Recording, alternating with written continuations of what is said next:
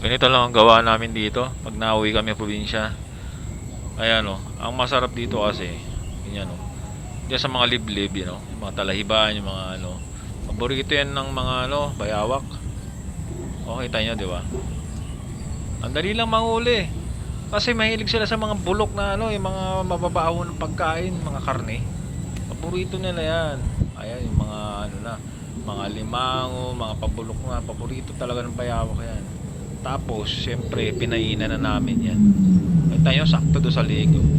Syempre, ang sarap na ng kapalit yan. Ang sarap ng bayawak, guys. Oh, ganito lang, dito lang. Kita nyo, hindi kayo magugutom. Kahit saan naman eh. Pero dito sa amin, talaga sagana bayawak.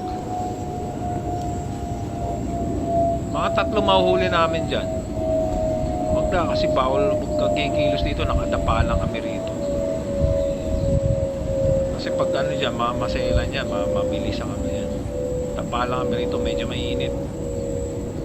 Abang-abang lang. Kaya sila, medyo umihigpit ng tali, nakita nyo sa leg niya. Yan, ganyan. Kasi, lang yan eh. Habang gumagalaw sila, humihigpit yung tali.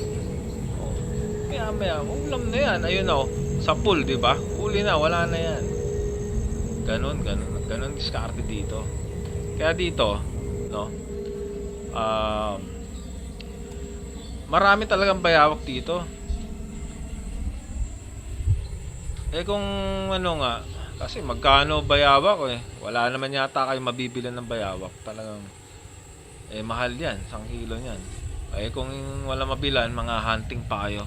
Pero dito, mag-prepare lang kayo, kailangan meron kayong mga alimasa, galimang mga napabulok na, mga isdang pabulok na. Punin nyo yun. Kumbaga ilaan nyo yan sa araw ng pag-hunting nyo. Ayan. Huwag kayong kikilos kasi maano yan, mabilis makatunog yan. Nakadapa lang kami. Ayan.